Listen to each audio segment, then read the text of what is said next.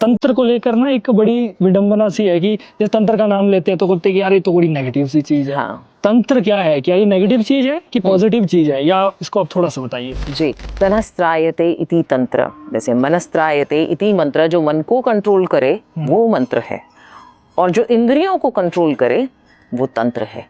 Big boss 11 में जब आप आए थे, जी, कैसा एक्सपीरियंस रहा था बिग बॉस 11 में? जो मेरे दिमाग में छवि थी बिग बॉस को लेकर के नेगेटिव ही रही है कि हिंदू लोगों को नाम खराब करना उनका, या हिंदुत्व के ऊपर हमेशा जो है खराब ये लेकर आना। मैंने आपकी एक वीडियो भी देखी थी जिसमें आप कपाल कह सकते हैं ना, कपाल जी, बोलते जी, हैं, उसके साथ कुछ क्रिया कर रहे थे ना, जी। तो मेरे तो ऐसे थोड़ा सा ऐसा हो गया कि आप मतलब इतना वो कैसे कैसे कर लेते? शमशान में रहने वाले अघोरी हैं, कपाल में भोजन भी उसी में ग्रहण करते हैं। इसी में ही जैसे किसी की डेथ हो जाती है, हाँ, उसकी आत्मा को बुला भी सकते हैं। हाँ। तो आप थोड़ा सा बताइए कि मरने के बाद कि बुलाया जाता है, पॉसिबल है? तो मुझे एक सेकंड के लिए ऐसे लगा पीछे से किसी ने आके मुझे जोर से ना दबोच लिया है, तो मैं हटना ऐसे करके मैंने किया, और मैंने ऐसे देखा तो एक चेहरा मुझे जो दिखाई दिया वो एकदम वाइट था, पूरी बॉडी जैसे भस्म वाली बॉडी होती है, और नग्न, जो नागा साधुओं को देखा होगा आपने, वो वैसी बॉडी थी, और आंखें एकदम काली थी। आपकी ना तंत्र में एंट्री कैसे हुई? कहा गया था कि मेरी मम्मी ने अघोरी के कंट्रोल में आकर के शी कमिटेड सुसाइड। जैसे अघोर की ना वीडियोस काफी वायरल होती थी पहले, जिसमें वो इंसान का मतलब मांस खाते हुए दिखाया जाता। दीक्षा के समय, जब हमारी दीक्षा होती है अघोर की, तो उसके समय पर ही केवल हमें इतना सा एक टुकड़ा दिया जाता है। तो दोस्तों, आप सभी को मेरा नमस्कार और आपका स्वागत है the limitless talk powered by the smile resort, your dream destination के एक नए एपिसोड में। और आज का एपिसोड बहुत ज़्यादा खास होने वाला है, क्योंकि आज के एपिसोड में हमारे साथ है भारत की पहली लेडी अघोरी तांत्रिक शिवानी दुर्गा जी, जो कि बिग बॉस 11 में एज अ कंटेस्टेंट भी आ चुकी हैं। तो आज की पॉडकास्ट में आपको बहुत सारा ज्ञान मिलने वाला है। मैं ज़्यादा समय न वेस्ट करते हुए सीधे ले चलता हूँ हमारे गेस्ट की तरफ। Light, camera, sound and podcast.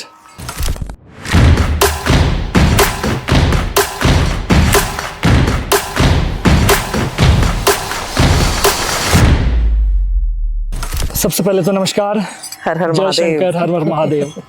Welcome to the limitless talk हमारे हर हर प्रोग्राम में। महादेव। तो मैं चाहता हूँ आप थोड़ा सा हमारी ऑडियंस को थोड़ा सा अपने बारे में बता दीजिए।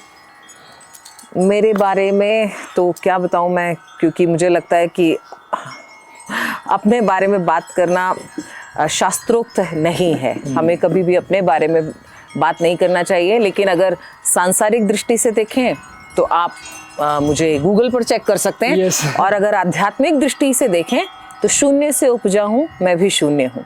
क्या बात है, क्या बात है।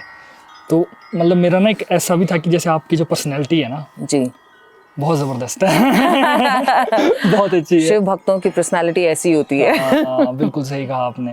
तो चलिए शुरू करते हैं आज की पॉडकास्ट। जी, तो जैसे ना हमारे एरिया में, इंडिया में, या हमारे ज़िला में कह सकते हैं, हर जगह ना एक तंत्र को लेकर ना एक बड़ी विडंबना सी है कि जैसे तंत्र का नाम लेते हैं तो कहते हैं कि यार ये तो बड़ी नेगेटिव सी चीज़ है। हाँ, है ना, उस चीज़ को बड़ा नेगेटिव सा मानते हैं। जी। तो मैं आपके ज़रिए ये भी क्लियर करना चाहता हूँ हमारी ऑडियंस के लिए कि तंत्र क्या है, क्या ये नेगेटिव चीज़ है कि पॉजिटिव चीज़ है, या इसको आप थोड़ा सा बताइए। जी, तनस्त्रायते इति तंत्र, जैसे मनस्त्रायते इति मंत्र, जो मन को कंट्रोल करे वो मंत्र है, और जो इंद्रियों को कंट्रोल करे वो तंत्र है।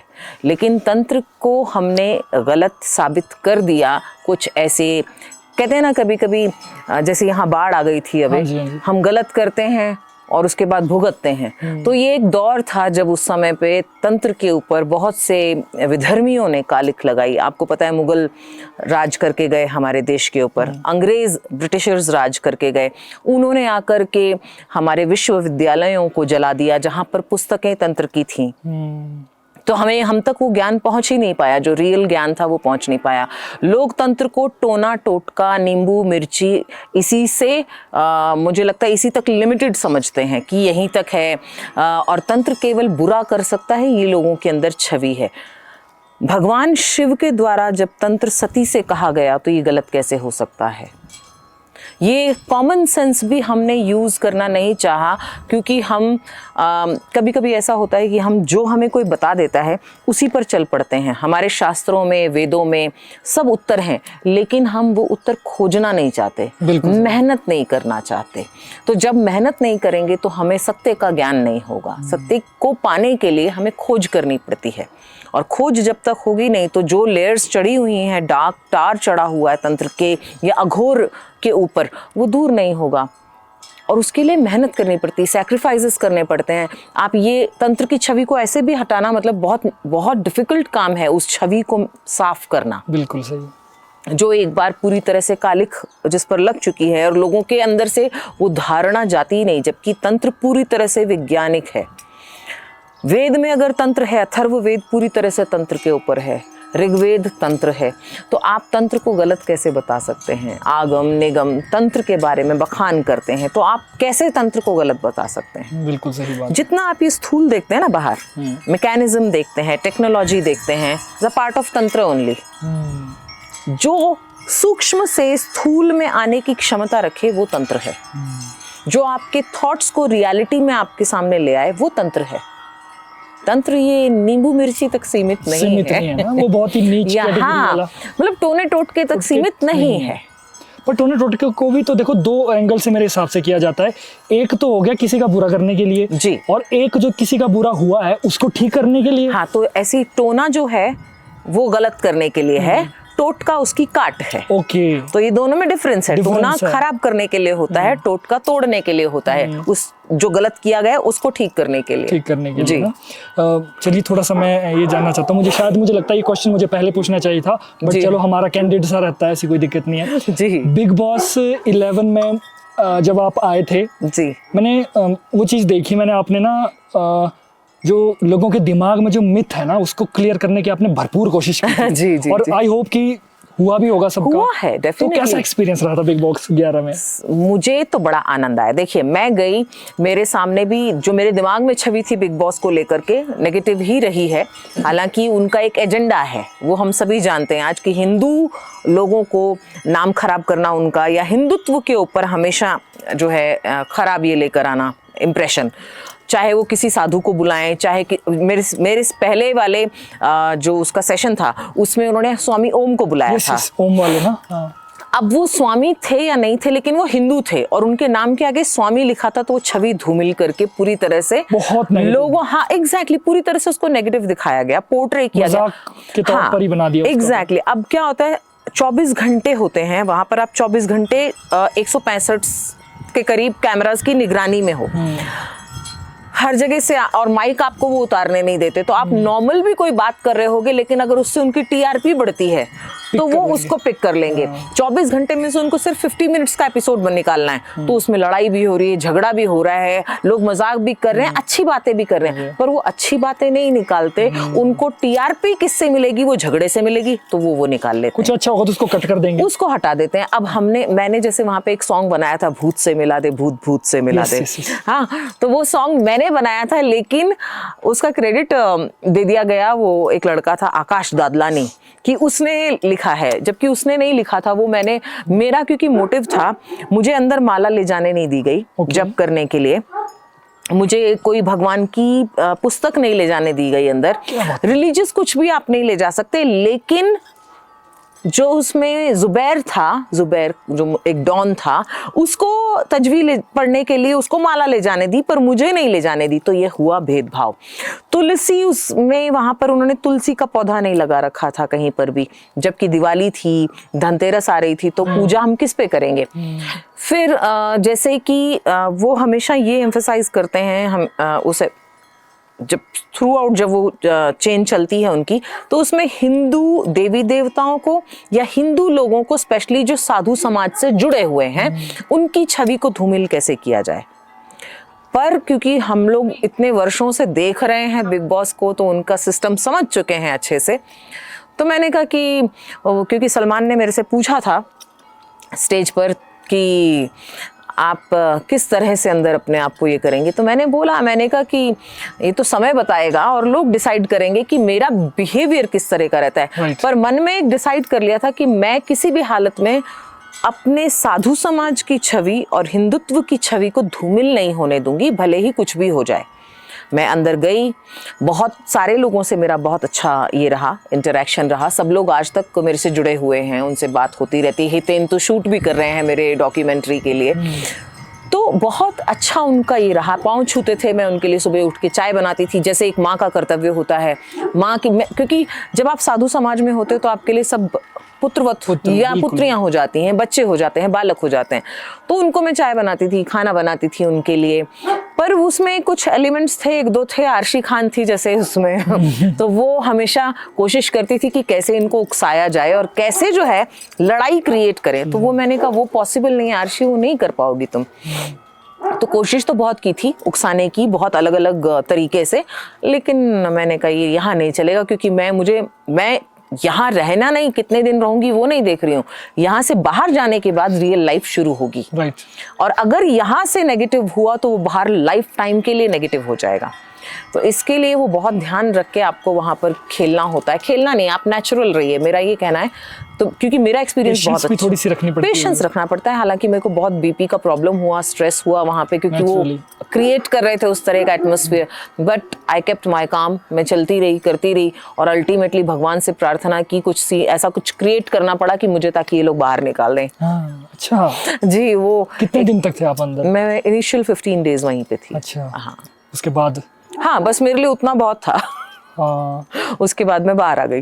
पर ये आपने बहुत बड़ी बात बोली कि इतना बड़ा टीवी शोज को ना, जैसे हमारे हिंदुत्व को दबाने की कोशिश करते हैं, ये बहुत गलत बात है। बॉलीवुड का काम है। वो देख रहे हैं, अभी शैतान मूवी जो आई है, आपने देखा? आज वो रिलीज हुई है 8 तारीख को। तंत्र के बारे में, वशीकरण के बारे में इतना गलत पोर्ट्रे किया गया है। मेरे स्टूडेंट्स देख कर आए हैं सारे जाकर के, उन्होंने बोला माँ इन्होंने एकदम धज्जियां उड़ाई हैं, वशीकरण, इनको कुछ भी पता नहीं है, किसी को कुछ खिला के उसको कठपुतली बना दिया है। तो मैंने कहा ऐसा नहीं होता है।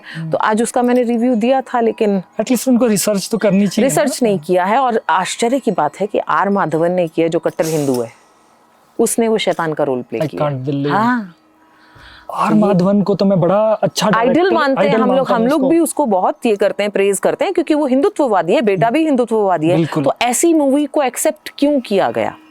तो इमीडिएटली वो कहते हैं ना कि या तो विनाश काले विपरीत बुद्धि या भगवान जाने। मुझे लगा शायद ट्रेलर बेकार दिखाया है, तो मैंने बच्चों को बोला जाओ देख कर आओ, ताकि पता चले। हो सकता है कि ट्रेलर बेकार है पर मूवी में डेफिनेटली कुछ अच्छा होगा, क्योंकि आर माधवन है तो मैं मान नहीं सकती कि कुछ भी गलत है। बिल्कुल बिल्कुल। पर उन्होंने बताया कि पूरा नेगेटिव है। थोड़ा रिसर्च तो जरूरी है ना। रिसर्च नहीं करेंगे वो। अब हाँ, अब एक अच्छी बात ये हुई कि BHU में और लखनऊ यूनिवर्सिटी में, विक्रम यूनिवर्सिटी में अब तंत्र आ गया है, उसकी स्टडीज आ गए हैं। आप हाँ, यस, अब लोग पढ़ सकते हैं तंत्र को। तो अब उसकी छवि को खराब नहीं कर पाएंगे ये लोग ज्यादा समय तक। तो जैसे ना आपने इतने तारे जिसको बोलते हैं ना, धागे जो उलझे हुए थे, उनको आपने इतना प्रैक्टिकल रूप में खोला ना। मुझे नहीं लगता कि, क्योंकि देखो ना, हमारे दिमाग में जो चीजें दिखी है ना, कहते कि जो चीज वो दिखा रहे हैं वही हमारे दिमाग में है ना। एग्जैक्टली। और इसी चीज का वो गलत फायदा उठाते हैं। वो बिहाइंड द शूट थोड़ी दिखाएंगे पूरा, वो असली बात तो वहां पर है ना। लेकिन आपने बड़े खूबसूरत तरीके से वो चीजें क्लियर की, और मुझे लगता है कि ऑडियंस को भी, जो बिग बॉस के पीछे इतना, देखो हम किसी शो की क्रिटिसाइज नहीं करते हैं, लेकिन कुछ भी अगर आपको दिखा रहे हैं ना, तो एटलीस्ट यार आप आंख बंद करके विश्वास ना करो। एग्जैक्टली। अब और अभी तो क्या, उनका फॉर्मेट लोगों को पता तो चल ही गया है कि इतने सालों से, अब 17वां 18वां सीजन शायद उसका चला गया अब। तो इतने समय से वो देख ही रहे हैं, तो अब अगर आदमी में थोड़ा भी कॉमन सेंस है तो उसको समझ में आएगा कि क्या गेम चल रहा है इसके पीछे। क्योंकि जो कितने 1 घंटे का एपिसोड होता है, जितने का होता है, अब देखो ना पूरे दिन का 8, 10, 12 घंटे का, वो 1 घंटे में 24 घंटे का 24 घंटे का। अगर वो 1 घंटे में बना रहे, कैसे वो कितना उसको उन्होंने क्रिस्प कर दिया। उसमें से जो मेन, अब अच्छी कोई बात कर रहा है तो वो दिखाई नहीं रहे हैं, बुरी हो रहा है वो सब दिखाया जा रहा है। जो स्वामी ओम थे ना उसमें आए हुए, उनका तो मुझे लगता है जैसे उन्होंने जैसे मजाक सा बना दिया था, जैसे ना, क्योंकि उन्होंने किया भी वैसा था, कुछ चीजें की थी उन्होंने और कुछ इन्होंने उसको उछाल दिया ज्यादा। लेकिन बात ये है ना कि वही कि घूम फिर के सिर्फ हिंदू सो, तो मुस्लिम किसी मौलाना को क्यों नहीं बुलाते भाई, किसी पीर पादरी को क्यों नहीं बुलाते, ये सिर्फ हिंदू ही क्यों आते हैं उसके अंदर, हिंदुओं को ही इन्वाइट क्यों करते हो। तो मेरे पास, क्योंकि मुझे सीजन 10 में बुलाने वाले थे, लेकिन सीजन 11 में जब उनका फोन आया तो मुझे पता चला कि 10 में उन्होंने स्वामी ओम किसी को बुलाया है। तो जब मेरे पास 11 सीजन के लिए फ़ोन आया कि आपका सिलेक्शन हो गया है 11 के लिए, तो मैंने कहा क्यों तुम लोगों को मतलब दूसरा स्वामी ओम बनाना है क्या? कहते नहीं नहीं, हम है ना पॉजिटिव साइड भी दिखाना चाहते हैं कि पढ़े लिखे साधु भी होते हैं। मैंने कहा बेटा तुम लोगों को तो मैं बहुत अच्छे से समझती हूँ। आपने तो पकड़ के उनको ना वो कर दिया, क्योंकि मैंने दिमाग में ये चीज़ रख के अंदर घुसी थी कि मैं साधु समाज की और हिंदुत्व की छवि धूमिल नहीं होने दूंगी, कुछ भी हो जाए। मेरे ऊपर बहुत स्ट्रेस आया, उन्होंने ऐसा नहीं, टॉर्चर बहुत हुई थी मैं। वो टीम होती है ना, एक क्रिएटिव टीम बैठी है, कोई कौन सी टीम बैठी है, वो उनको फिर जो मंजे हुए एक्टर्स हैं उनको बोला जाता है कि कॉमनर्स को जाकर के उकसाओ। हाँ, खुद नहीं आएंगे वो। यस, तो वो सब हो रहा था। बट मैंने कहा कि मुझे पता है कि यहाँ ये तो 3 महीने का शो है, लेकिन लाइफ के 30 साल आगे बिगड़ जाएंगे अगर बाहर यहाँ कुछ भी हुआ तो बाहर खराब कर देगा ये सारा। तो मैं अंदर भी बोलती थी कि यहाँ की लाइफ इतना झगड़ो मत, यहाँ लाइफ जो है वो 30 दिन की या 60 दिन की है, मैक्सिमम 90 दिन की है तुम्हारी लाइफ यहाँ पे, लेकिन तुमको बाहर जाके जीना है। कैसे जियोगे, कैसे लोगों को मुंह दिखाओगे? तुम्हारे माता पिता हैं, बच्चे देख रहे हैं, तुम्हारे रिलेटिव्स देख रहे हैं, भाई बंधु देख रहे हैं, सुनना उनको भी पड़ेगा। तुम्हारा एक गलत स्टेप सबके लिए भुगतने का कारण बनता है। बिल्कुल सही कहा आपने। पर वो लोग एक्टर्स हैं, उनको फर्क नहीं पड़ता। बट मुझे बहुत खुशी है कि आप ना वहाँ पर जैसा आपने चाहा था वो आप अपने झंडे गाड़ के आए हो। हाँ, वो भगवान की बड़ी कृपा रही, महादेव की, हर हर महादेव गा के आई। मैंने कहा तुम लोगों ने मुझे माला लाने नहीं दी, मुझे ये लाने नहीं दिया, पूजा करने नहीं दी, ठीक है महादेव का सॉन्ग बना के जाऊंगी और सबसे हर हर महादेव बुलवा के जाऊंगी। गाना बनाया, लास्ट में सबसे हर हर महादेव बुलवाया। क्या बात है, मजा आ गया। ये बड़ी अच्छी बात है। तो चलिए, बिग बॉस का तो अभी क्या कह सकते हैं, सबका अपना अपना रहता है, लेकिन वही है कि लास्ट में वही था कि आप लोग बिना देखे हुए सब कुछ विश्वास ना करें। बहुत सारी चीज़ें होती है, हमारे हिंदुस्तान है ये, तो तरह तरह के लोग हैं यहाँ पर। तो चलिए, मेरा ना एक बड़ा इंटरेस्टिंग सा सवाल था जी। जैसे मैंने आपकी एक वीडियो भी देखी थी जिसमें आप कपाल, हाँ कपाल कह सकते हैं ना, कपाल बोलते हैं, उसके साथ कुछ क्रिया कर रहे थे ना जी। तो मेरे तो ऐसे थोड़ा सा ऐसा हो गया कि आप मतलब इतना वो कैसे कर लेते हो, और वो क्रिया क्या होती है वो भी थोड़ा सा बता दीजिए। कपाल के ऊपर बहुत सारी क्रियाएं होती हैं। मेरे पिता जो गुरुजी थे वो कपाली साधक थे। उन्होंने 51 मुंडों पर बैठकर साधना की है। गंगा के लिए उन्होंने, गंगा रक्षा के लिए जो है बहुत लड़ाई लड़ी, बाबा नागनाथ योगेश्वर जी। तो वो अघोरी थे और उनसे मेरी दीक्षा हुई। तो कपाल में बहुत सारी क्रियाएं होती हैं, और जो शमशान में रहने वाले अघोरी हैं कपाल में भोजन भी उसी में ग्रहण करते हैं, उसी में ही। तो कपाल, अब अगर इसको साइंटिफिकली मैं बात करूं, इसकी साइंस के वे में, तो कपाल एक ट्रांसमीटर की तरह आप उसको समझ सकते हैं। अच्छा। क्योंकि मेमोरी उसी के अंदर होती है। हमारा जो ब्रेन है सबसे ज्यादा पावरफुल ऑर्गन है हमारी बॉडी में, और हार्ट है। ये 2 ऑर्गन्स को हम बहुत इंपॉर्टेंट मानते हैं और पावरफुल मानते हैं। अगर आपका ब्रेन डेड है तो आपको डेड मान लिया जाता है। बिल्कुल सही। डॉक्टर्स अगर ब्रेन डेड आपको देखते हैं तो वो डेड डिक्लेयर कर देते हैं। हार्ट पंप कर रहा है तो भले ही हार्ट पंप करता रहे, लेकिन अगर ब्रेन आपका नहीं है तो आप मृत प्राय हो जाते हो, कोमा में चले जाते हो। तो brain is a very important device given by the universe. ये यूनिवर्सल डिवाइस कह सकते हैं। तो जो साइंस और स्पिरिचुअलिटी को, अध्यात्म को या तंत्र को, ऑकल्ट को साथ लेके चलते हैं, तो वो इसे डिवाइस की तरह यूज करते हैं। क्योंकि व्यक्ति के जाने के बाद भी उसकी मेमोरी हमेशा रहती है। अच्छा। किसी व्यक्ति के चले जाने के बाद, इसीलिए तो पूर्व जन्म की आपको अलग अलग बातें याद आती हैं। कभी कभी आपको डेजा वू होता है कि अरे मुझे ऐसा लगता है कि मैं वहाँ पे आया था, मैंने एग्जैक्टली सेम जगह पे बैठ के चाय भी पी थी, ऐसा फील होता है। तो वो तब होता है कि आपकी कोई पुरानी मेमोरी आपसे कनेक्ट हो जाए। और ऐसे बहुत से इंसिडेंट्स हैं, बहुत सारी साधनाएं हैं जो कपाल के बिना अधूरी मानी जाती हैं। दूसरा होता है कपाल को साथ में रखना या कपाल की साधना करना भय से भी मुक्त करता है आपको। क्योंकि जैसे आपने कहा ना, अरे मुझे तो एकदम ये हो गया, जबकि हम खुद अपने ऊपर एक कपाल लेके रोज घूम रहे हैं। बिल्कुल सही। लेकिन हमें उससे भय नहीं है। दूसरा कपाल देखते हैं तो भय हो जाता है। तो उस भय से मुक्ति भी कपाल दिलाता है आपको। अच्छा जी। तो जैसा ना मेरा एक चीज, जैसे आपने पूर्व जन्म की बात की ना, अभी इसमें भी काफी चीजें लोग ऐसा बोलते हैं कि जो है इधर ही है, ना तो पूर्व जन्म होता है ना तो आफ्टर लाइफ कुछ है। ऐसी बड़ी मिथ्या से चली होती है। वो मुस्लिम समाज में मानते हैं ऐसा। अच्छा। हमारे हिंदू समाज में नहीं है, सनातन में ऐसा नहीं है। सनातन में भगवान श्री कृष्ण भगवत गीता में अर्जुन को जब उपदेश दे रहे थे तो उन्होंने कहा कि अर्जुन, तुम्हारे पूर्व के जन्म कैसे थे और क्या थे मुझे वो भी पता है, तुम्हारे आगे के भविष्य के जन्म क्या होंगे वो भी मुझे पता है, और तुम अब क्या करने वाले हो वो भी मैं जानता हूँ, लेकिन कर्म तुम ही को करना है। तो इसका मतलब पूर्व जन्म है और फ्यूचर लाइफ भी है ना, बिल्कुल। क्योंकि भगवान अगर ये बात कह रहे हैं तो इसका मतलब वो ये पुष्टि कर रहे हैं कि हमारा पूर्व जन्म भी होता है और आगे का जन्म भी है। बिल्कुल सही। इसमें मेरा एक और सवाल आता है कि जैसे किसी की डेथ हो जाती है, हाँ, तो उसके डेथ के बाद ऐसी मैंने सुनी है चीजें, ऐसे हमारे यहाँ पर भी है कि उसकी आत्मा को बुला भी सकते हैं। हाँ, तो आप थोड़ा सा बताइए कि मरने के बाद बुलाया जाता है, पॉसिबल है? जो नेचुरल डेथ होती है जिनकी, उनको नहीं बुला सकते आप। जिनकी अननेचुरल डेथ है, बहुत बीमारी से गए हैं, एक्सीडेंट में गए हैं, किसी हत्या हो गई है, ऐसे केसेस में वो आत्माएं आपसे खुद संपर्क करने की कोशिश करती हैं कि वो बताना चाहती हैं।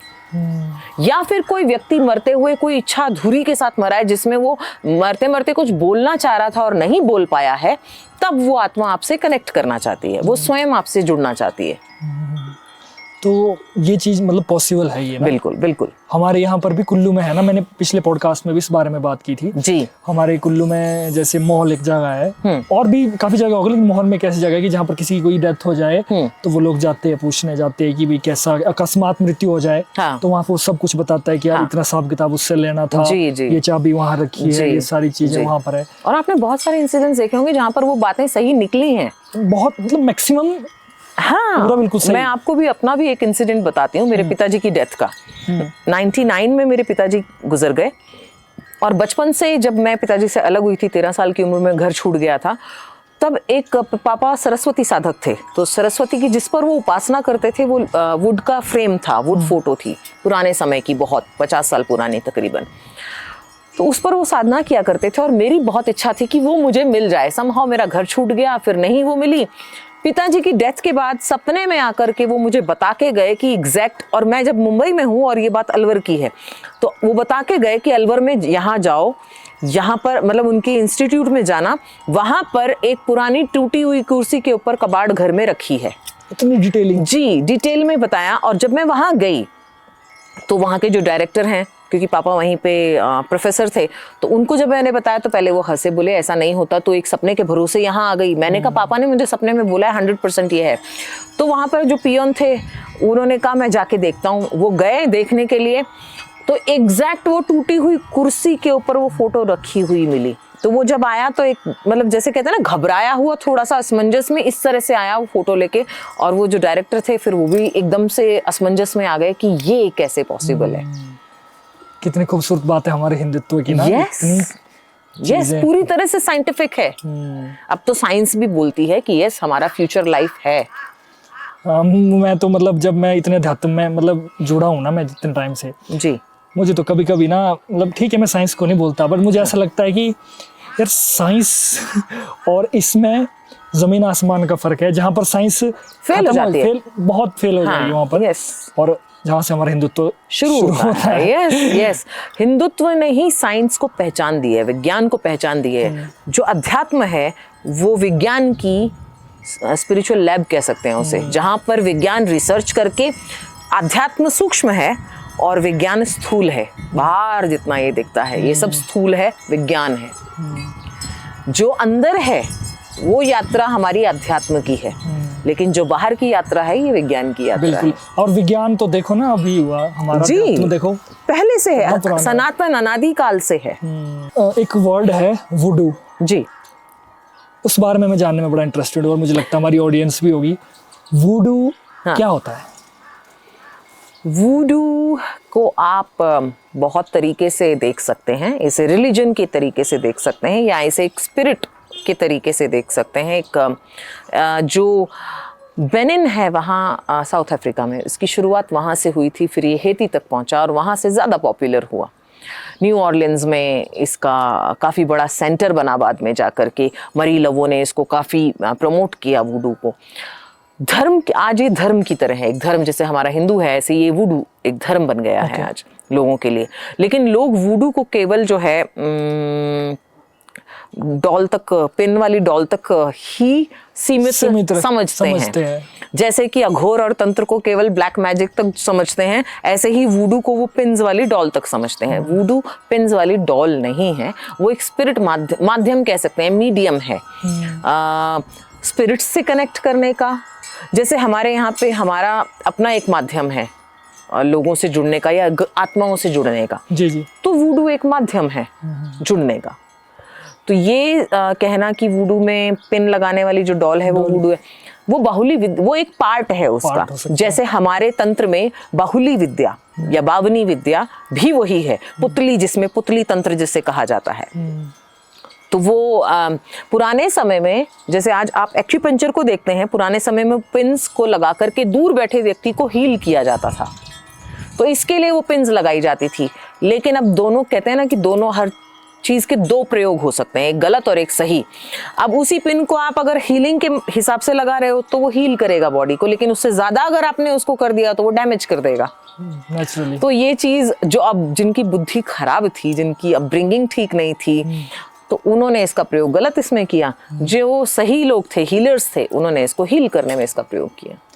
बहुत सारी चीजें हैं, मतलब बड़ा ज्ञान मिल रहा है आज, है ना। तो वो देखो, वही सारी चीजें मेरा भी देखो, मैं भी बहुत सारी पॉडकास्ट करता हूँ, लेकिन मैंने संडे अपना spiritual and horror, very nice, ये संडे मैंने शो फिक्स कर लिया। बहुत सुंदर। मैं ये चाहता हूँ कि देखो ना, हमारे हिमाचल में भी अपने ही लोग हैं जो अभी भी देवी देवताओं को नहीं मानते हैं। हाँ, तो मतलब वो ऐसे ही बोलते थे कि यार नहीं, ऐसा नहीं, कुछ भी यार, तुम अपना करो। बहुत सारी, मैं काफी समय से देखता आ रहा हूँ जी, जी। तो मेरा ऐसा था कि तुम चाहे घोस्ट स्टोरी, क्योंकि घोस्ट स्टोरी में बड़ा इंटरेस्ट रखते लोग, हाँ। तुम घोस्ट स्टोरी ही सुनो, एट द एंड हमारे देवी देवताओं, महादेव से तो जुड़ो कम से कम। हाँ। तो मेरा वो बड़ा वो मानना था, तो इसलिए मैंने संडे का फिर फिक्स रख दिया हॉरर। बाकी मेरी इंस्पिरेशन स्टोरीज है वो अलग अलग है। ओके। तो मेरा एक ये था कि जैसे ना, अब आपका तो सामना हुआ होगा कुछ नेगेटिव एनर्जी से, जैसे चुड़ैल। आप उसे एनर्जी को आप कोई भी नाम दे सकते हो। एक एनर्जी को आप भगवान का भी नाम दे रहे हो, देवी देवताओं का भी नाम दे रहे हो, है तो ऊर्जा ही। और उसी ऊर्जा को आप अब जैसे हो सकता है चुड़ैल को यहाँ कुछ और कहा जाता हो, लेकिन उसको जो पोर्ट्रे किया गया है वो मूवीज में पोर्ट्रे किया गया है कि उसके बाल खुले होते हैं, दिखने में काली कलूटी सी होती है, बड़े दांत होते हैं, भयावह होती है। ऐसा होता है क्या? मेरे सामने आज तक कोई चुड़ैल नहीं आई, क्योंकि उसको लगता होगा यही सबसे बड़ी चुड़ैल है, तो इसके सामने कैसे जाऊं मैं। बिल्कुल। No, it's jokes apart, but क्या है, एनर्जी को आप कोई भी फॉर्म में देखना अगर चाहते हो, फॉर्म में अगर आप देखना चाहते हो, तो sometimes you create your own form. Imagination को कह सकते हैं कि आप अपने सामने, जैसे कि अथर्ववेद के जो ऋषि हैं, अंगिरस ऋषि, उन्होंने प्रत्यंगिरा की साधना करके और देवी प्रत्यंगिरा को प्रकट किया, जिस रूप में वो चाहते थे उसी रूप में प्रकट किया। और भगवान श्री कृष्ण ने भी कहा ऊर्जा के बारे में, एनर्जी के बारे में, कि तुम जिस रूप में मुझे भजोगे, जिस रूप में मेरी पूजा करोगे, या जिस रूप के अंदर तुम अपना विश्वास स्थिर कर दोगे, मैं उसी रूप में प्रकट हो जाऊंगा। उसका एक बहुत बड़ा उदाहरण प्रहलाद है, जिनके लिए खंबे में से भगवान प्रकट हो गए थे, क्योंकि उसने पूरा विश्वास उधर अपना ये कर दिया कि भगवान मेरे जहाँ सब जगह हैं। तो भगवान कोई भी शेप ले सकते हैं, वो बाध्य नहीं है हमारी तरह कि हमारा जैसे ह्यूमन फॉर्म है, हम दूसरा शेप नहीं ले सकते जब तक ये बॉडी डेड ना हो, लेकिन भगवान ले सकते हैं अलग अलग शेप्स। तो ये एनर्जी की बात है। चुड़ैल हो, भूत, पिशाच, किन्नर, गंधर्व, राक्षस, ये सब अलग अलग फॉर्म्स एनर्जी की ही हैं, या उस एक्ट की हैं, एक्शन की हैं जो हम करते हैं। अब मैं अगर गलत करना शुरू कर दूं तो लोग मुझे ही राक्षस बोलना शुरू कर देंगे ना, तो फिर वहां राक्षस का रूप कहाँ गया? रूप से लेना देना नहीं है, बॉडी से लेना देना नहीं है, एनर्जी का एक्शंस के साथ में लेना देना होता है। आपका कभी ऐसा? बचपन में एक बार हुआ था, मेरी मम्मी की डेथ से पहले। अच्छा। एक वो इंसिडेंट बताती हूँ मैं आपको। हम नानी के यहाँ गए हुए थे, छुट्टियां थी गर्मियों की, और बच्चे खेल रहे थे, सब जैसे खेलते हैं नानी के यहाँ पर अपने, तो मैं भी खेल रही थी, और रात हो चुकी थी, बहुत रात भी नहीं थी, कुछ 8 बजे होंगे। तो मेरे पीछे, मतलब सारे बच्चे आगे चल रहे थे, कुछ बच्चे पीछे चल रहे थे, मैं अकेली चल रही थी। तो मुझे एक सेकंड के लिए ऐसे लगा पीछे से किसी ने आके मुझे जोर से ना दबोच लिया है। तो मुझे लगा बच्चे ही हैं, हमारी जो रिलेटिव है, मतलब मासा के लड़के, मामा के लड़के हैं।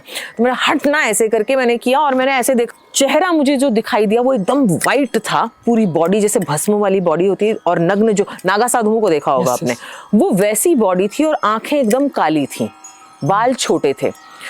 और वो उसके बाद जैसे ही मैं पलट के मैंने उसको बोला, देखा, तो वो उसके बाद वो गायब हो गया। तो मैंने चिल्लाई तो सब लोग आए कि क्यों चिल्लाई है। तो मैंने बोला मेरे को किसी ने आके पीछे से पकड़ा था, वो लड़का था छोटा सा, भाग गया इधर। सब लोग बहुत दूर तक देखने के लिए गए पर वो कहीं दिखा नहीं। उसके कुछ महीनों बाद, ये शायद मई जून की बात होगी, अक्टूबर में मेरी मदर चली गई सुसाइड से। और उसके लिए उस समय जब मेरी मदर की डेथ हुई तो ये कहा गया कि किसी अघोरी ने इनके ऊपर कुछ किया था। अच्छा। इसके लिए ये चली गई। तो जो मुझे याद है, जो ये चर्चा हुई थी घर के अंदर, क्योंकि मैं बहुत छोटी थी, 10 साल की थी मैं सिर्फ, तो मुझे आज वो इंसिडेंट में रिलेट करने की कोशिश करती हूँ कि क्या वो जो भस्म लेपित वो चेहरा था, नग्न था वो एकदम, वो क्या मुझे इंडिकेशन था कि कुछ होने वाला है। तो वो मैं आज तक समझ नहीं पाई, लेकिन ये एक इंसिडेंट मेरे साथ हो चुका है और जिसको मैंने देखा है, लिटरली मुझे आंखों में जो दिखाई दिया था। और एक जो है स्लीप पैरालिसिस में काउंट कर सकती हूँ, जो मैंने जिसके ऊपर रिसर्च भी की थी, कि मेरे ऊपर मुझे लगा कोई आके बैठ गया है। ये रात को 2-3 बार हुआ मेरे साथ, जयपुर में थी तब मैं स्टडी कर रही थी अपनी। तो मेरे ऊपर आके बैठ गया है कोई और मेरा गला दबा रहा है। तो मैं उठ के देखा तो कोई नहीं है। हनुमान चालीसा चलाया, तब रात के 3 बज रहे थे। दोबारा सोई और हनुमान चालीसा चलता रहा, मैं सो गई, लेकिन मुझे फिर से वो चीज़ फील हुई। और उसके बाद में मैं उठी तो मैंने कहा कि अब मैं डरूंगी नहीं इससे, ये जो भी है, मैंने कहा ठीक है मैं फेस करूंगी इसे, जो भी है ये। तो मैंने कहा ठीक है मैं बैठी हूँ, तेरे को अगर तेरे में ताकत है तो तू मेरे सामने आ। हनुमान चालीसा चलता रहा, उसके बाद कुछ नहीं हुआ। मैं आराम से अपना स्नान वगैरह, सुबह ध्यान पूजा किया और मैं अपने कॉलेज के लिए निकल गई। संकट कटे मिटे सब पीरा, जो सुमिरे हनुमत बल बीरा, भूत पिशाच निकट नहीं आवे, महावीर जब नाम सुनावे।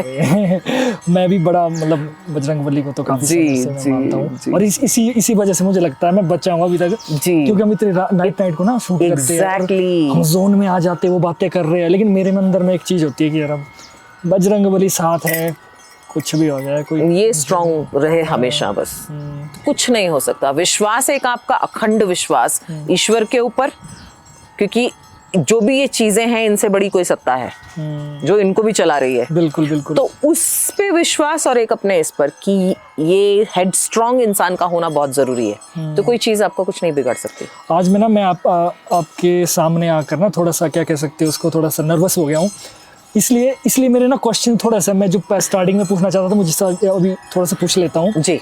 आपकी ना तंत्र में एंट्री कैसे हुई, मतलब कि कब से आपने कैसे शुरुआत हुई? पहले तो आप एक आम नॉर्मल इंसान थे ना तो इसमें मतलब कैसे वो पहला फर्स्ट टाइम का एक्सपीरियंस कैसा था, वो कैसे एंट्री हुई आपकी? बहुत सारे रीजंस हो सकते हैं, बट जो मेन रीजन है वो मेरी मदर की डेथ से ही शुरू हुआ था। जैसे मैंने अभी आपको बताया था कि अघोरी ने कुछ कर दिया है, ये कहा गया था कि मेरी मम्मी ने अघोरी के कंट्रोल में आकर के शी कमिटेड सुसाइड। तो ये सुना बचपन में। उसके बाद में फिर मेरे पिताजी ने जब दूसरी शादी अपनी शिष्या से कर ली, तब भी हमने ये सुना कि चाय में कुछ खिला पिला दिया, अपने बश में कर लिया। तो वो बचपन में आप कुछ कर तो पाते नहीं हो ना, ये चीज़ें समझ में आती है, लेकिन दिमाग में रह जाती हैं सुनी हुई बातें। फिर जब मेरी मैरिज हुई तो मुझे, क्योंकि जो हस्बैंड थे एक्स मेरे, वो क्रिमिनल थे, जो बाद में पता चला था, और घर में कोई ध्यान नहीं देते थे बिल्कुल भी। तो बाद में मुझे किसी ने बताया कि इसकी जो भाभी हैं उसने कंट्रोल में कर रखा है, ये सब बताया गया मुझे। तो मुझे कहा ये क्या चीज़ है ये जो कंट्रोल कर लेते हैं, कंट्रोल कुछ खिलाने में ये कर देते हैं, कुछ इसमें कर देते हैं। तो मैंने कुछ तांत्रिकों को कांटेक्ट करने की कोशिश की। उस समय एक्सप्लॉयटेशन, ये बात कर रही हूँ मैं 25 से 27 साल पुरानी। आपकी एज उस समय कितनी रही होगी? उस समय मेरी एज, मैं 96 में मेरी मैरिज हुई थी। ओके। अब मैं 48 की हूँ, मतलब नहीं, इतना आइडिया नहीं लगता। हाँ नहीं, अभी मैं 48 की हूँ। तो ये जब मैंने उनसे कांटेक्ट किया, उस समय एक्सप्लॉयटेशन बहुत ज़्यादा था, तंत्र के नाम पे एक्सप्लॉयट ही करते थे और महिलाओं को स्पेशली किया जाता था। तो जब मुझे लगा कि ये तो तंत्र हो नहीं सकता, मैंने कहा ये तंत्र इतना गंदा है। फिर मैंने शिव पुराण पढ़ना शुरू किया, क्योंकि कहीं किसी बुक में आया था, कोई मैगजीन में, कि तंत्र जो है भगवान शिव ने सती को दिया था। जब ये पढ़ा तो ये चीज़ दिमाग में रह गई और मैंने शिव पुराण बाजार से लाया और उसको पढ़ना शुरू किया। तो मैंने कहा शिव पुराण में फिर समझ में आया कि ये ज्ञान भगवान शिव ने सती को दिया था। तो तब दिमाग में प्रश्न आया कि जब सती को दिया था और भगवान ने दिया था तो ये तंत्र ऐसा तंत्र तो नहीं दिया था भगवान ने, ये तो इसमें तो कुछ और लिखा है, ये लोग कर कुछ और रहे हैं। वहां से यात्रा शुरू हुई। मुझे लगता है एक सबसे बड़ी बात बताना चाहता हूँ ना, आप ना एक बहुत बड़ी इंस्पिरेशन हो आजकल की लड़कियों के लिए, महिलाओं के लिए, सभी फीमेल्स के लिए। थैंक यू, भगवान की कृपा है। क्योंकि मैं जो फील कर पा रहा हूँ ना, देखो ना आजकल ना लड़कियों ने अपने आप को सीमित कर लिया है कि नहीं यार मैं एक लड़की हूँ, मैं सिर्फ यही कर सकती हूँ। हाँ। या अपने आप को ना एक कहते हैं बॉर्डर बॉक्स में रख दिया है। हाँ। लेकिन आपको देखने के बाद मुझे लगता है, हमारी वीडियोस को देखने के बाद बहुत सारे जो लड़कियां हैं, फीमेल है, उनमें कहीं ना कहीं तो हिम्मत आई होगी यार, जब ये इतने आगे, इतना जो कि कहते हैं ना जिसे इतना खतरनाक कैरियर में जा सकते हैं, तो यार हम क्यों नहीं जा सकते? हाँ, कभी सोचा नहीं था, क्योंकि मैं म्यूजिकल फैमिली से हूँ। मेरा बैकग्राउंड, मेरे पिताजी बहुत बड़े संगीतकार थे। अच्छा। माताजी शिक्षिका थी, प्रिंसिपल थी। तो कभी ये सोचा नहीं था, मैंने तो हमेशा म्यूजिक के लिए सोचा था। मैं म्यूजिक का ही दिमाग में था कि संगीत करूंगी, लेकिन ये पता नहीं था कि मैं तंत्र में चली जाऊंगी। लेकिन सिर्फ तंत्र नहीं, तंत्र के अलावा भी जैसे ना लड़कियों के लिए बहुत सारे रास्ते खुल जाएंगे इस पॉडकास्ट के बाद। जी।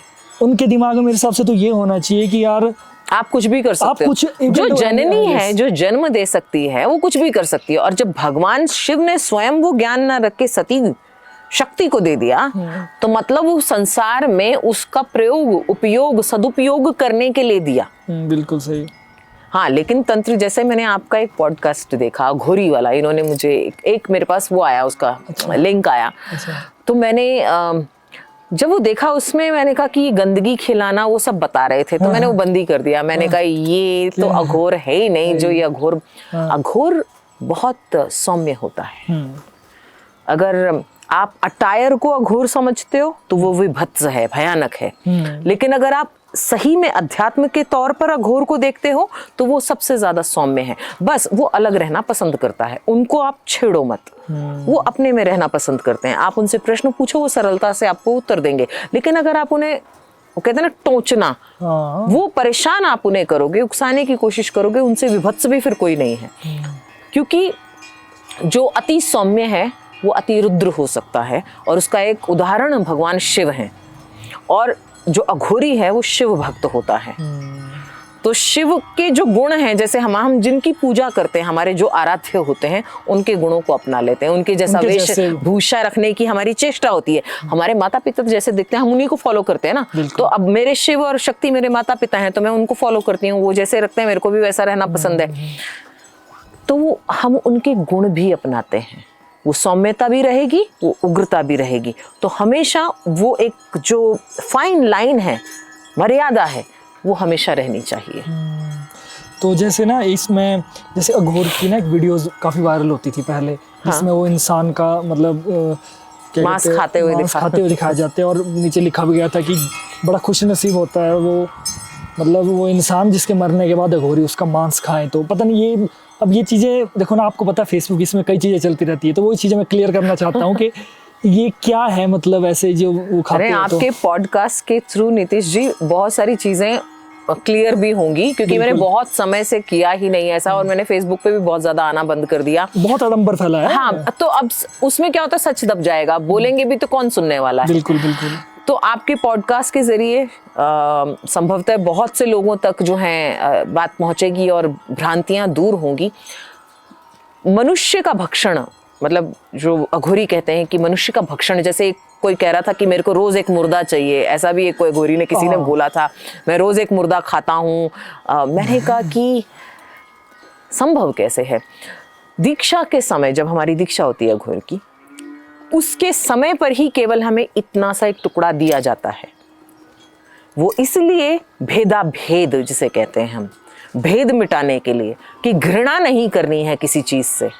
तो उसमें आपके अंदर भयहीनता आती है, जिसमें भय नहीं रहता आपके अंदर, और किसी चीज को लेके घृणा, अरे ये जो भाव है वो मिट जाता है। बिल्कुल। जब सब शिव है तो कुछ भी शव नहीं है, और कुछ भी जो है वो घृणा करने लायक नहीं बचा। तो वो भेद अघोरी मिटाते हैं, ना कि अघोरी मनुष्य का भक्षण करते हैं। कपाल साधनाएं करते हैं वो भी भय को दूर करने के लिए, और लोगों का भी भय दूर करने के लिए, कुछ सिद्धियों को प्राप्त करने के लिए, ताकि जन का कल्याण हो सके। पूर्व में बहुत से नागा साधुओं ने और अघोरियों ने राष्ट्र कल्याण के लिए बहुत सारे कार्य किए हैं। बहुत से उदाहरण आपको मिल जाएंगे। तांत्रिकों ने सेनाओं को, चीन की सेनाओं को भगाया है अनुष्ठान करके, उसके उल्लेख मिल जाएंगे आपको।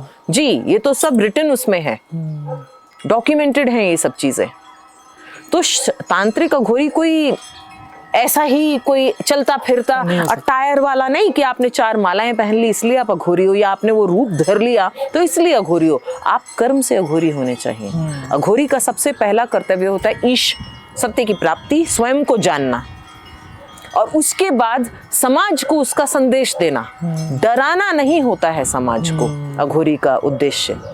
बहुत बड़ी बात आपने क्लियर कर दी, क्योंकि सोशल मीडिया पर आज की डेट में ऐसा है कि वो आंखें बंद करके जो दिखा उसको शेयर करते हैं, और बड़ा मुश्किल है मतलब ये चीज़ों को क्लियर करना। जी, एक्सट्रीम को हम सत्य मानने लगते हैं। अरे इसने इतना कर रखा है मतलब ये मुर्दा खाता है मतलब ये सच्चा अघोरी है। बिल्कुल नहीं, वो तो बहुत सौम्य होते हैं। दीक्षा के समय ही एक बार गुरु आपका देता है आपको, बाकी समय में निषेध है।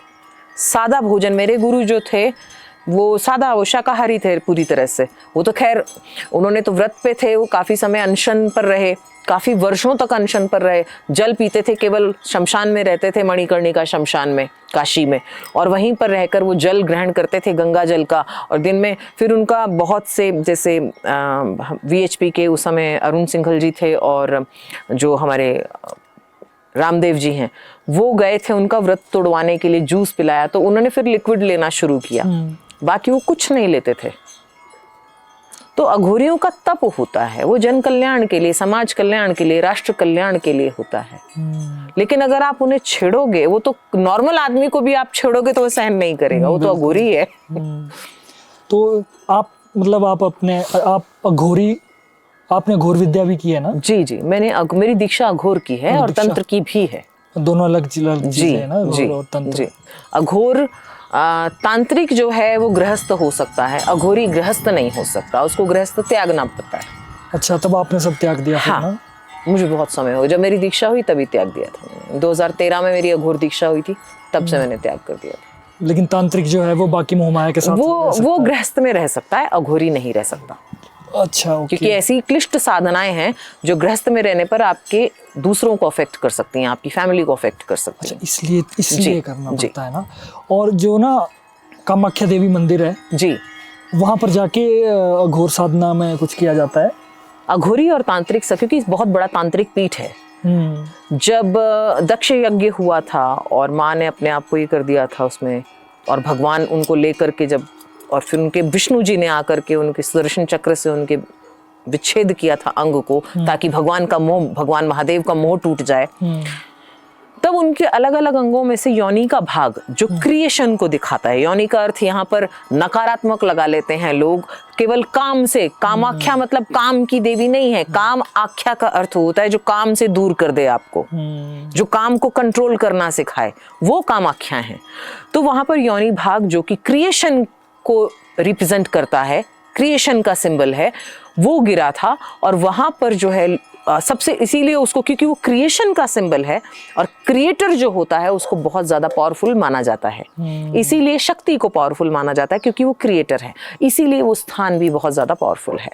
तो वहां जाकर साधनाएं करने से वो ऊर्जा आपको प्राप्त, शक्ति स्थलों पर आप जाएंगे, शक्ति पीठों पर, तो आपको शक्ति, ऊर्जा की प्राप्ति होगी।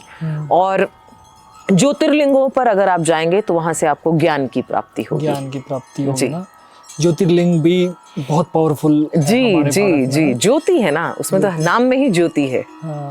वैसे ऐसा कहा जाता है कि जो शिवलिंग, जो सभी शिवलिंग्स है ना, उनको भी ज्योतिर्लिंग कहा जा सकता है। हाँ, मतलब ईश्वर जो ज्योति से आपको जोड़े, सत्य से जोड़े, स्वयं से जोड़े, वो शिव है। तो मेरा ना एक दिमाग में एक बात थी कि जैसे कहा जाता है कि हमको अगर हमें शिव से जुड़ना है या हमें परमात्मा से जुड़ना है तो हमें सब मोह माया को त्यागना पड़ेगा। लेकिन जब मोह माया त्याग दोगे तो फिर ईश्वर से जुड़ने की आवश्यकता ही नहीं रह जाएगी, उसके बाद तो आप मोक्ष को प्राप्त कर लोगे।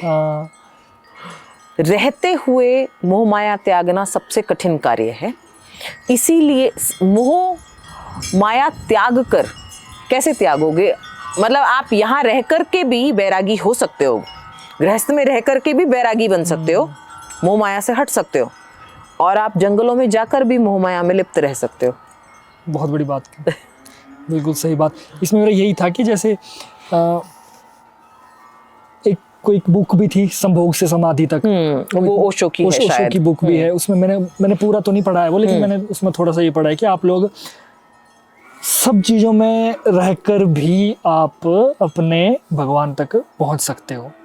पता नहीं अब ऐसा इंद्रिय निग्रह जब तक नहीं आप करेंगे, जब आप भोग में ही लगे हुए हैं तो आप बीमारी में ही जाएंगे, उसके बाद बीमार होने के बाद मेंटली आप सिक हो जाएंगे, साइकोपैथ हो जाएंगे, और फिर जब आप साइकोपैथ हो जाएंगे तो आपका ध्यान कहाँ से लगेगा, फिर जब आप उसमें ध्यान नहीं लगेगा तो उसके लिए आप किसी सब्सटेंस का सहारा लेंगे, यानी कि किसी ड्रग का सहारा लेंगे, नशे का सहारा लेंगे, और आप ये सोचेंगे कि आप भगवान की भक्ति कर रहे हैं। तो ये सबसे बड़ा मिथ है। जीरो यू हाँ। वापस यस, आप वो पुनरपि जननम पुनरपि मरणम पुनरपि जननी जठरे शयनम में आप स्वयं को डाल रहे हैं। आप इंद्रिय निग्रह करना सीखें। इंद्रियों पर जब तक कंट्रोल नहीं होगा तब तक आप ईश्वर को प्राप्त नहीं कर सकते। दूसरी चीज, जब तक आप स्वयं को नहीं जान लेते आप ईश्वर को नहीं जान सकते। अहम ब्रह्मास्मि, तुम्हारे अंदर ही है सब। यथा ब्रह्मांडे तथा पिंडे, जो वहाँ है वो आत्मा में है, और आत्मा उसका अंश है। तो आप पहले स्वयं को जाने, अगर स्वयं को जान लिया तो आप पूरे जग को जान जाओगे। बिल्कुल सही बात है। फिर उसके लिए कुछ करने की आवश्यकता नहीं है, फिर आपको ज्ञान हो जाता है। हमारे हिंदुत्व में ना, सनातन में, मरने के बाद की क्या लाइफ होती है, जैसे क्योंकि बहुत सारी मिथ चले हुए हैं, और अब जैसे इंसान कोई मर जाता है, क्या वो उसके बाद की कुछ आफ्टर लाइफ कुछ प्रोसीजर होता है कि कुछ? बहुत सारे, देखिए वैसे तो कहते हैं कि स्वयं के मरे स्वर्ग नहीं दिखता। हाँ, बिल्कुल बिल्कुल बिल्कुल। तो इसके लिए ये लिखित में कह देना तो संभव नहीं है, लेकिन जो हमारे शास्त्र वेद पुराण कहते हैं, अगर वो साक्ष्य हैं हमारे पास, तो यस, हमारे जो जन्म है, आगे के जो जन्म है वो कर्मों पर आधारित हैं, और उसके बहुत सारे उल्लेख वेद पुराणों में मिलते हैं, जिसमें से मैं एक उदाहरण आपको अभी दे देती हूँ।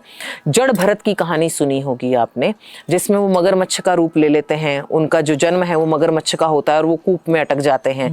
फिर एक संत होते हैं, उनका ध्यान अंत समय में जो है वो कुत्ते के अंदर अटक जाता है, तो उनका जन्म कुत्ते का हो जाता है। अंतमति सोगति, अंत काले च मामेवं स्मरण मुक्ता कलेवरम। जैसा जैसा तुम मरने के समय ध्यान रखोगे, मुझे जिस चीज का ध्यान करोगे वही बन जाओगे। पेड़ में ध्यान जाएगा तो पेड़ बन जाओगे। जैसे कि अब नारद मुनि एक बार ये कुबेर के पुत्र थे, वो दोनों स्नान कर रहे थे, और उनके साथ में कुछ सुंदर स्त्रियां भी स्नान कर रही थी। तो नारद मुनि उनकी परीक्षा लेने के लिए पहुंच गए। जब नारद मुनि वहां से गुजरे तो उन्होंने ध्यान नहीं दिया, वो अपने उसमें मस्त रहे, लेकिन जो कन्याएं थी उन्होंने अपने वस्त्रों से अपने आप को ढक लिया। तो नारद ऋषि को जो है गुस्सा आया, और उन्होंने उनको श्राप दिया कि तुम नग्न, जैसे वृक्ष नग्न होता है वैसे ही तुम भी जड़, क्योंकि तुम्हारी बुद्धि इतनी जड़ है कि एक महात्मा के जाने पर भी तुमने अपने अंगों को नहीं ढका, तो तुम भी जड़ बन जाओ। तो जड़ बन गए, मतलब वो वृक्ष के रूप में कन्वर्ट हो गए, उसी समय पे वृक्ष बन गए। तब उन्होंने माफी मांगने की बहुत चेष्टा की, तब दया करके उन्होंने कहा कि 100 वर्षों के पश्चात भगवान श्री कृष्ण जब धरा पर जन्म लेंगे तब तुम्हारा उद्धार होगा। और जब उसके बाद भगवान श्री कृष्ण का जन्म हुआ तो ऊखल में भगवान को जब माता यशोदा ने बांध दिया, तो भगवान उस पेड़ के बीच में से निकल गए और ऊखल के खींचने से उन पेड़ों को गिरा दिया, जिनको हम यमलार्जुन वृक्ष कहते हैं। उन्होंने भगवान को प्रणाम किया और माफी मांगी। तो ये तो उदाहरण हमारे वेदों पुराणों में भरे पड़े हैं कि हम जैसा सोचेंगे अंत समय में वैसी ही गति को प्राप्त होंगे। कितना खूबसूरत है हमारा सनातन ना जी। कितनी चीजें पूरा एक तो पॉइंट टू पॉइंट की 100 सालों के बाद वो आके पूरा कनेक्ट करता है। यस। मतलब अब आप देखिए, ज्योतिष को अगर आप देखें, एक व्यक्ति का पूरा चिट्ठा होता है। एक ज्योतिष, अगर सच में ज्योतिषाचार्य हैं वो, तो एक आदमी की कुंडली देख के वो ये तक बता देगा वो आज कौन से कपड़े पहनेगा, या उसकी जेब में आज कितना पैसा होगा, या उसके पास क्या चीज होगी। ये इतना स्ट्रांग है ज्योतिष की गणनाएं, कैलकुलेशन इतनी स्ट्रांग है। साइंस जो है वो भी तो मैथमेटिक्स बेस है, बिल्कुल बिल्कुल, और ज्योतिष भी मैथमेटिक्स बेस है। मतलब इतना डिटेलिंग में पता लग जाता है हमारे ज्योतिष में। इसीलिए तो नासा भी रिसर्च करता है ना अब हमारे वेदों को। वो तो हमारे वेद, हर चीजें हमारे वेदों से ही तो निकली है। देखो, सारी चीजें निकली। तो इसीलिए प्रश्न आना ही नहीं चाहिए। जैसे ना आपने जब तंत्र साधना या अघोर साधना जब सीखना स्टार्ट किया ना, उस समय कुछ तो एक्सपीरियंस आए होंगे आपको थोड़े से, कि किस तरीके से वो शुरुआत की आपने। देखिए, एक ना अब आपको यहाँ कुछ चीजें क्लियर करती हूँ पूर्व जन्म से संबंधित। कुछ लोगों की पूर्व जन्मों की प्रैक्टिस होती है, मेरी पिछले कई जन्मों की प्रैक्टिस है। अच्छा। हाँ, तो उसके बाद इस जन्म, मेरा ये एक जन्म वापस से इसके लिए है क्योंकि कुंडली के हिसाब से भी, और मुझे पता था, कुंडली मेरी बाद में पड़ी गई थी, लेकिन मुझे पता था कि हाँ मेरा जन्म ऐसे ही नहीं हुआ। तो हम हर व्यक्ति जीवन में कोई उद्देश्य लेके पैदा होता है, ठीक है। मेरा उद्देश्य था तंत्र और अघोर के बारे में जो भ्रांतियां हैं वो हटाना और इसको लोगों तक पहुंचाना, ये मैसेज पहुंचाना, राइट। इसका मेरे पूर्व जन्मों की प्रैक्टिस है। लोगों की पूर्व जन्मों की प्रैक्टिस ही इस जन्म में, प्रेजेंट जो आपका बर्थ होता है उसमें आपसे काम करवाती है। तो मुझे भय शुरू से कभी भी नहीं था। मैं छोटी थी तब से मैं भयहीन थी। मुझे डर नहीं होता था किसी भी चीज से, डरती नहीं थी। तो लोग मुझसे पूछते थे कि आप अघोर पाथ पे हो, किसी महिला को आज तक अघोरी, मैं पहली महिला अघोरी तांत्रिक हूँ। किसी को ये दीक्षा उससे पहले मिली नहीं थी। अब तो बहुत सारी अघोरी तांत्रिक महिलाएं आ गई, लेकिन पहले नहीं थी। पहले हो जी। तो आपको डर नहीं लगता? शमशान में हमको तो जाने से, सोचने से भी डर लगता है, हम तो उसके आसपास से भी नहीं जा सकते। मैंने कहा मुझे वहां बैठने में ही सबसे ज्यादा शांति मिलती है, सुकून मिलता है, क्योंकि मुझे वहां कोई डिस्टर्ब नहीं करता। बोले भूत प्रेत होते हैं वहां पे, आत्माएं होती हैं। तो मैंने कहा अच्छा, तो वो मेरे लिए वो ज्यादा बेटर है, इंसानों से अच्छे हैं वो, कम से कम डिस्टर्ब नहीं करते मुझे। तो मुझे कभी, अगर आप किस तरह के एक्सपीरियंस को आप जानना चाह रहे हैं, कि मुझे कोई भय हुआ हो, दिखी हो कोई चीज, जैसे आम जो हमारी आंखों से नहीं दिखता हो, हाँ। ऐसा कुछ चीजें आपकी कभी बात हुई आत्मा से, या कुछ ऐसा एक्सपीरियंस? नहीं, देखिए रियलिटी में, क्योंकि मेरा जो माइंड है वो साइंस से भी जुड़ा हुआ है। अच्छा। मैं विज्ञान के आधार पर चीजों को देखती हूँ। तो अगर उस भाषा में आपसे मेरे पूछेंगे तो मैं आपको बोलूंगी हाँ, एनर्जीज को हमने वहाँ पे फील किया है। जब कोई एनर्जी आपके आसपास होती है, थोड़ी सी डिफरेंट होती है, आपको गूज बम्प्स आएंगे, या ठंड सी लगेगी, आपकी रीढ़ की जो हड्डी होती है उसमें एकदम सिहरन आ जाती है, और आपको मतलब फील हो जाता है कि कोई चीज है आसपास में। लेकिन आप बोलो कि इन चर्म चक्षुओं से आप उन्हें देख पाओगे, वो नेक्स्ट टू इम्पॉसिबल है, not for me, for everyone, anyone. तो जो लोग ये कहते हैं कि उन्होंने देखा है इस चीज को, ऐसी किसी चीज को, जब वो साधना कर रहे थे, तो हो सकता है वो उनका एक्सपीरियंस रहा हो। लेकिन मेरे सामने आज तक ये चीजें आई नहीं, या तो मेरे से डरती होंगी। डेफिनेटली मैं उनसे शायद खतरनाक दिखती हूँ इसके लिए। नहीं, आप बहुत प्यारे दिखते हो आप। वो थैंक यू सो मच। लेकिन उनके लिए मैं वो खतरनाक वाली प्यारी हूँ। तो मतलब ऐसा भी बोला जाता है, जैसे अब देखो ना, एक मिथ ये है कि जैसे हमारे आम लोगों में, यार शमशान आ गया, चल चल चल जल्दी चलो, टाइम चलो, और दूसरी तरफ ये कि यार शमशान तो एक पवित्र जगह है। दोनों एक अलग अलग ये है। तो आम लोगों को, हम जैसे लोगों को, जैसे हम मान लो कभी रात हो गई, कभी हमें शमशान में या रास्ते में शमशान आ गया, तो हमें डरना चाहिए कि नहीं डरना चाहिए? जहां पर आपको, देखिए, सब छोड़कर आ जाएंगे, जब आपको कोई नहीं, अपने माता पिता जो होते हैं, मान लीजिए मेरे पिताजी जैसे गए, तो उनकी माताजी भी उन्हें रख नहीं पाई। पॉइंट। उस समय कौन रखता है आपको? शमशान रखता है। तो जो आपको उस समय शरण दे रहा है, जब सबने उठा के फेंक दिया, जलाओ जलाओ जल्दी, घर के कहीं हैं, जल्दी काढ़ो, सांझ होए डरई हैं, जा दिन मन पंछी उड़ जाई हैं, ता दिन तेरे तन तरुवर के सबे पात झर जाई हैं। कि घर के बोलेंगे जल्दी जल्दी निकालो इसको यहाँ से, डर लग रहा है, भूत आ गया। तो ये घर के ही लोग कहने लगते हैं। जो लोग अभी तक नाम लेकर आपको पुकारते थे, वो बॉडी बॉडी कहकर पुकारना शुरू करते हैं। इसको दाग दे दो, शरीर को ले जाओ, चिता को ले जाओ, ये बोलना शुरू कर देते हैं। मतलब आपकी कोई वैल्यू नहीं है इस शरीर की, कोई वैल्यू सिर्फ आत्मा से है, चेतनता से है, जो आपके अंदर है। कड़वी सच्चाई। जी। तो इससे कैसा भय करना, उस स्थान से कैसा भय करना जो आपको नए साम्राज्य में भेजेगा, नई दिशा देगा। तो भय तो किसी भी चीज से नहीं होना चाहिए। हमें भय इसलिए होता है क्योंकि हम शायद मरना नहीं चाहते। जो व्यक्ति मरना नहीं चाहता उसको भय होता है शमशान से। जिसको मरने से भय नहीं उसको शमशान से भय नहीं। सिंपल। मतलब डरना नहीं चाहिए। नहीं, बिल्कुल भी नहीं। बाकी जैसे कुछ लोगों को चीज़ें दिखती है, किसी को कहता है कि यार मेरे को चुड़ैल दिख गई या मेरे को डायन दिख गई, या उसको ना कभी कभी होती रहती है चीज़ें। देखिए, भुलेखा हो सकता है, इसे मैं एक वो मान सकती हूँ कि वहम तो नहीं कहूँगी, कुछ चीजें हो सकती हैं, लेकिन दुनिया भी होती होगी ना, एग्जिस्टेंस तो है ना। डेफिनेटली हम कहते हैं, हमारे यहाँ पर सप्तलोक कहे गए हैं, 14 भुवन कहे गए हैं, और उनमें यक्ष, किन्नर, गंधर्व, राक्षस, भूत, प्रेत, गण, इनके सभी के राज्य हैं। तो अगर, और भगवान शिव का नाम भूतनाथ है, तो हम कैसे मान लें कि भूत नहीं होते? डेफिनेटली होते हैं, पर उनका आकार क्या है वो मेरे सामने आज तक नहीं आया। तो मेरा क्योंकि वो एक्सपीरियंस नहीं है तो मैं इसमें बोल भी नहीं सकती। बिल्कुल। कुछ लोगों के हैं तो उन्हें शायद दिखे होंगे, या हो सकता है उन्हें एक छाया सी दिखी हो सकता है उन्हें वहम हुआ, और हो सकता है वाकई दिखे हो। एक उदाहरण देती हूँ, मेरा एक उदाहरण था जो मैंने आपको बताया। एक उदाहरण और मैं देती हूँ। प्रभुपाद जी की प्रभुपाद लीलामृत है पुस्तक। प्रभुपाद जी इस्कॉन के फाउंडर आचार्य थे, और मेरी क्योंकि इस्कॉन में वैष्णव दीक्षा भी हुई है तो हमने उनको स्टडी किया है, पढ़ा। तो उसमें एक बार प्रभुपाद जी जब इंडिया से अमेरिका गए थे तो वहाँ पर जिस जगह पर वो रहते थे वहाँ पर वो जाप करते थे, हरे कृष्ण कृष्ण कृष्ण हरे हरे, हरे राम राम राम हरे हरे। तो जब भी ऐसा, वो तो भयहीन थे, लेकिन लोगों को जब होता है तो वो जोर जोर से भगवान का नाम लेना शुरू कर देते हैं। तो वहाँ पर उन्हें, वहाँ का जो उस जगह पर पहले रहता था, जिसका वो कॉटेज था या वो विला था, वो व्यक्ति उन्हें बार बार आके डराने की चेष्टा करता था, और उन्हें दिखता था, सारूप दिखता था, वो डराने की चेष्टा करता था। प्रभुपाद जी उससे कॉन्वर्सेशन करते थे। अच्छा। और वो फिर जाप करना, कहते हैं तुम भी हरे कृष्ण सुनो और तुम्हारी मुक्ति हो जाए, क्योंकि उसकी मुक्ति नहीं हुई थी। तो प्रेत योनि में चला गया। तो 3 दिन के बाद प्रभुपाद जी ने जाप से और कॉन्वर्सेशन से उसको मुक्त करवाया। तो ये डेफिनेटली है, वो लोग हैं, वो दिखते भी हैं बहुत से लोगों को।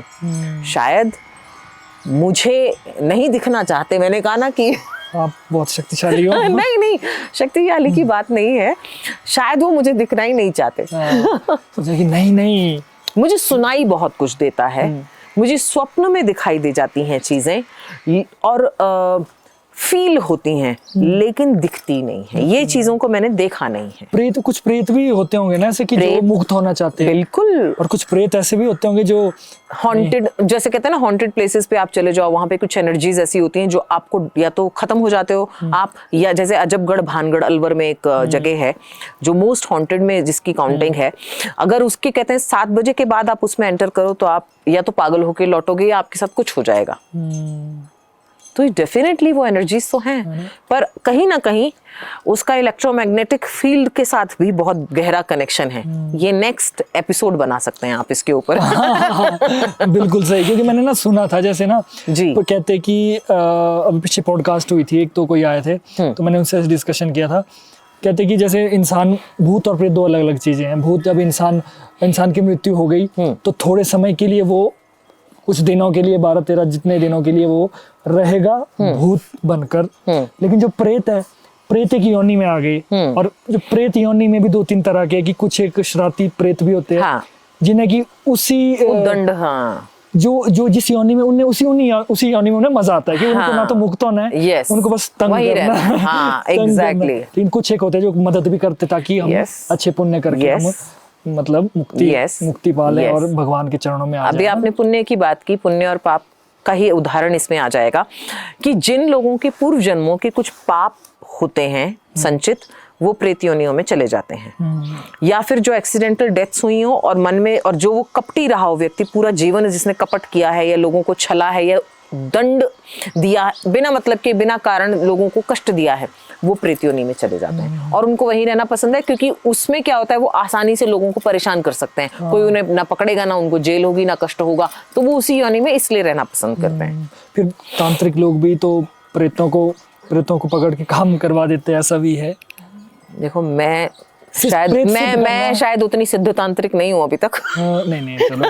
नहीं, जैसे आप मुझे चलो इतना बता दीजिए कि जैसे ना आपके पास भी तो कोई आए होंगे जो बीमार होंगे या हाँ। जिन पर कुछ हुआ होगा, तो अपने आप को ठीक करने के लिए आए होंगे। ऊपरी हवा के नाम से ये लोग समझते हैं, भूत के नाम से समझते हैं, हम उसे एनर्जी के नाम से ही समझ के मैं काम करती हूँ। तो बहुत सारे लॉज हैं, हम साइंस के लॉज के हिसाब से काम करते हैं। वो लॉज एक्चुअली साइंस से पहले वेदों में दे रखे हैं, तो हम उन लॉज के हिसाब से काम करते हैं। पहला होता है कि आपको वो स्मोक फॉर्म होती है, स्मोक फॉर्म, यस। हाँ, स्मोक फॉर्म होती है। फिर उसके बाद में वो मैटर का फॉर्म ले लेती है, मतलब वो स्थूल फॉर्म में आ जाती है। तो स्थूल फॉर्म, ये स्थूल फॉर्म में फिर टच भी कर सकते हैं? नहीं, ये स्थूल फॉर्म लिमिटेड होती है। अच्छा, okay। जो सिर्फ एक पर्टिकुलर व्यक्ति को दिखाई देती है, हर किसी को दिखाई नहीं देती, क्योंकि उसको उस व्यक्ति से अपना कुछ काम करवाना होता है, तो उस व्यक्ति पर्टिकुलर को दिखाई देती है। तो वो उतनी ही समय के लिए उसके पास आती है जितने समय में उसका काम उसे करवाना होता है। तो ये पूर्व जन्मों के संचित कर्मों से बहुत सारी चीजें होती हैं। कुछ इसमें हमारे साइंस के लॉज काम करते हैं, कुछ हमारा अध्यात्म, दोनों मिलकर के जब आप इनके साथ स्टडी करते हो तो आपको समझ में आता है कि एग्जैक्टली है क्या ये। इस चीज़ से तो ये चीज़ तो क्रिस्टल क्लियर हो चुकी है कि भाई देखो, लोग कहते हैं कि यार इस जन्म में जो मर्जी कर लो, कोई टेंशन नहीं है, मरने के बाद वाला कुछ सिस्टम नहीं है। तो मतलब कर्म बुरे होंगे तो भाई मरने के बाद ही असली गेम स्टार्ट होगी फिर। एग्जैक्टली जैसे कि आप बिग बॉस में होते हो, हाँ। आप फ्री होते हो, आपके पास कोई डिवाइस नहीं है, गैजेट नहीं है, कुछ नहीं करना है, सिर्फ खाओ पियो और लड़ाई करो या अच्छा कुछ करो, ठीक है।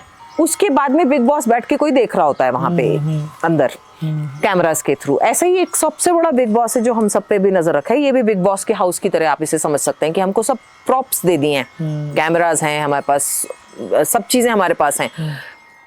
अब इनका उपयोग हम कैसे करेंगे ये पूरी तरह से हमारे ऊपर निर्भर है। कर्म में हम स्वच्छंद हैं, स्वतंत्र हैं कोई भी कर्म करने में।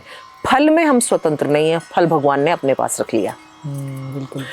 तो जब आपका बिग बॉस खत्म होगा, उसके बाद जब आप बाहर एक्चुअल दुनिया में जाओगे, तब आपको झेलना पड़ेगा उसके हिसाब, हाँ उसके हिसाब से झेलना पड़ेगा। जैसे यहाँ पे बिग बॉस के अंदर हरकत करते हैं, बाहर आके झेलना पड़ता है, लोग नफरत करते हैं। कर्म का भी वैसा ही हिसाब है। रिचार्ज आप करते हो जब तक आपके पास है, ठीक है, उसके बाद वो कैरी फॉरवर्ड हो जाता है। उसकी एक लिमिट डेट होती है या डेज होते हैं, उसके बाद वो कैरी फॉरवर्ड होता है। कर्मा भी वैसा ही है, ये कैरी फॉरवर्ड होता है आपके साथ में। तो आप जितना यहाँ छोड़ दिया, उसके आगे का अब आपको आगे से मिले, अगले जन्म में मिलेगा। और जरूरी नहीं है कि अगला जन्म मनुष्य का हो, पेड़ भी बन सकते हो, कुत्ता बिल्ली बंदर कुछ भी बन सकते हैं। असली गेम तो मरने के बाद वहां ही से स्टार्ट शुरू होती है। यस कि कितना समय क्या पता किसी योनि में डाल दे। यस जो देखिए, ये जो धारणा है कि अगला जन्म नहीं है, ये सिर्फ इस्लाम की है, ओके। हिंदुओं में नहीं है। सनातन पूर्व और भविष्य जन्म दोनों को मानता है। और ये चीज है भी प्रैक्टिकली, यस प्रूवन है ये सारी चीजें, बहुत प्रूवन है। प्रूवन है सारी Yes. चीजें ये। तो मुझे लगता है आज का जो पॉडकास्ट है वो बड़ा स्पिरिचुअल हो गया और बड़ा अच्छा अच्छी एनर्जीज आ रही है ना। तंत्र को लोगों ने वो मतलब वो जानबूझ के उनको पिक्चर्स ही अच्छी लगती हैं, नींबू मिर्ची वाली, उल्लू को मारने वाली, इसको मारने वाली, उनको पिक्चर्स ही वो वाली अच्छी लगती हैं। उनको तंत्र साइंस के हिसाब से समझ ही नहीं आता। बिल्कुल बिल्कुल, क्योंकि नेगेटिव रोल किया। देखो तंत्र के बारे में अगर बात करते तो ऐसा दिखावा आएगा, एक इंसान ऐसे है, Yes. बड़ी बड़ी आंखें हैं, वो ऐसे अग्नि में है ना, वो फेंक रहा है, ऐसा कर रहा है। That is called drama, Drama. That's called theatre basically. जो लोग मतलब क्या होता है ना, ये अब जैसे हम लोग एग्जॉर्सिज्म करते हैं, जब किसी का भूत निकालना होता है, तब हमें भी थोड़ा सा कभी कभी थिएटर करना पड़ जाता है। वाह हाँ तेरे अंदर है। Sometimes you need that theater. Sometimes ना You have to act like that. क्योंकि लोगों की एक्सपेक्टेशन, वो पिक्चर लोगों की आपके अंदर वैसी वाली नहीं है कि एक इंजेक्शन गया, डॉक्टर ने इंजेक्शन दिया, दवाई पकड़ाई, हो गया। उनकी पिक्चर आपको लेकर है, वाह कुछ तो ड्रामा चाहिए उनको। They like that. Exactly, they like that drama. तो अगर किसी को ड्रामा दिखा के, which is called placebo effect in science, तो अगर किसी को ड्रामा दिखा के वो ठीक हो रहा है, उसकी मेंटल हालत ठीक हो रही है, तो it's okay. What's wrong in that? मतलब if it is not harming anyone, yes, at the end ठीक हो रहा है, हाँ ठीक हो रहा है। एग्जैक्टली। तो what's wrong in that theatre? एक बार करना पड़ा था नासिक कुंभ के समय पे। अच्छा। हमारा ड्राइवर था शिव करके, तो हम लोग जा रहे थे उसके साथ में। अब अचानक से रास्ते में उसको देवी आ गई कि भूत आ गया, भगवान जाने, उसके साथ कुछ हुआ। मैंने कहा अच्छा, मैं तेरे को मार डालूंगा, मैं तेरे साथ ये कर दूंगा, मेरे ऊपर ही चढ़ गया। मतलब मैंने क्योंकि सुबह ही उसको डांटा था, मैंने कहा अच्छा तो ये अब मेरे को ऐसे डराने की कोशिश कर रहा है। सुबह उसको बहुत तगड़ी वाली झाड़ कहते हैं ना जो वो पड़ी थी किसी हरकत की वजह से। मैंने कहा ओके ठीक है, मैंने कहा लेट्स डू ड्रामा देन। हम लोग होटल के पास रुक गए। हमने कहा होटल वाले भैया से बोले नींबू है क्या, हमारे इसको भूत आ गया। बोले हाँ माता जी है। मैंने कहा जरा 5 जल्दी से दे दो।